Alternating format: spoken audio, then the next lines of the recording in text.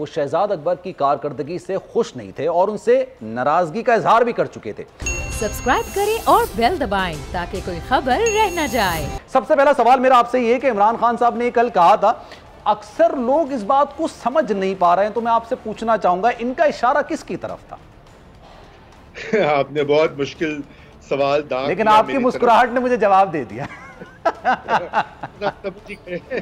دیکھیے، کاندھے تو انہوں نے بندوق رکھی اپوزیشن کے کاندھے پر، اچھا، اور انہوں نے ہر جگہ فائرنگ کی دھڑا دھڑ، جیسے میڈیا کو بھی آڑے ہاتھوں لیا،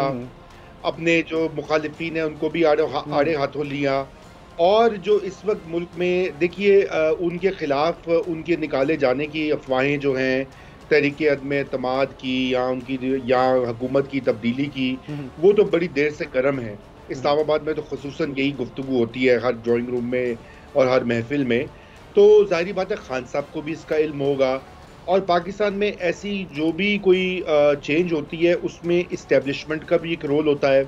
تو انہوں نے اس وقت جو ہے تمام وہ لوگ جو کہ سیاسی قوتیں یا غیر سیاسی قوتیں جو ان کو نکالنا چاہتی ہیں یا نکالنے کے لیے کوئی پلاننگ کر رہی ہیں، انہوں نے اس کو بھانپتے ہوئے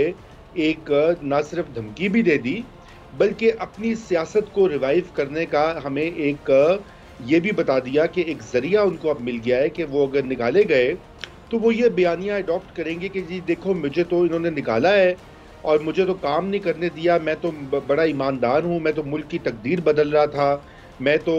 خلوص نیت سے ریاست مدینہ بنانا چاہتا تھا، لیکن دیکھو یہ سب نے سازش کر کے مجھے نکلوا دیا، اور وہی چور ڈاکو کرپٹ اپوزیشن آ گئی، کیونکہ ان کا بڑا مضبوط بیانیہ ہے۔ تو دو چیزیں وہ کر رہے تھے اس پیغام میں، ایک تو وہ خبردار کر رہے تھے کہ وہ چپ نہیں رہیں گے، انہوں نے کہا بھئی تو میں، ان کے اپنے الفاظ تھے کہ میں بھی تو آفس میں اپنے چپ کر کے بیٹھتا ہوں، لیکن میں باہر نکلا تو خطرناک ہوں گا آپ کے لیے، پہلی تو یہ بات۔ دوسری، انہوں نے یہ بھی پیغام دے دیا اپنی سپورٹ بیس کو کہ دیکھو بھئی میرے ساتھ کیا ہو رہا ہے، اور میں اگر نکل گیا یا سڑکوں پر آ گیا یا اپوزیشن میں آ گیا تو پھر آپ تیار ہو جائیں کہ دھرنے پہ دھرنے اور ہوں گے۔ مجھے تو یہی سمجھ آتا ہے جی۔ سبسکرائب کریں اور بیل دبائیں تاکہ کوئی خبر رہ نہ جائے۔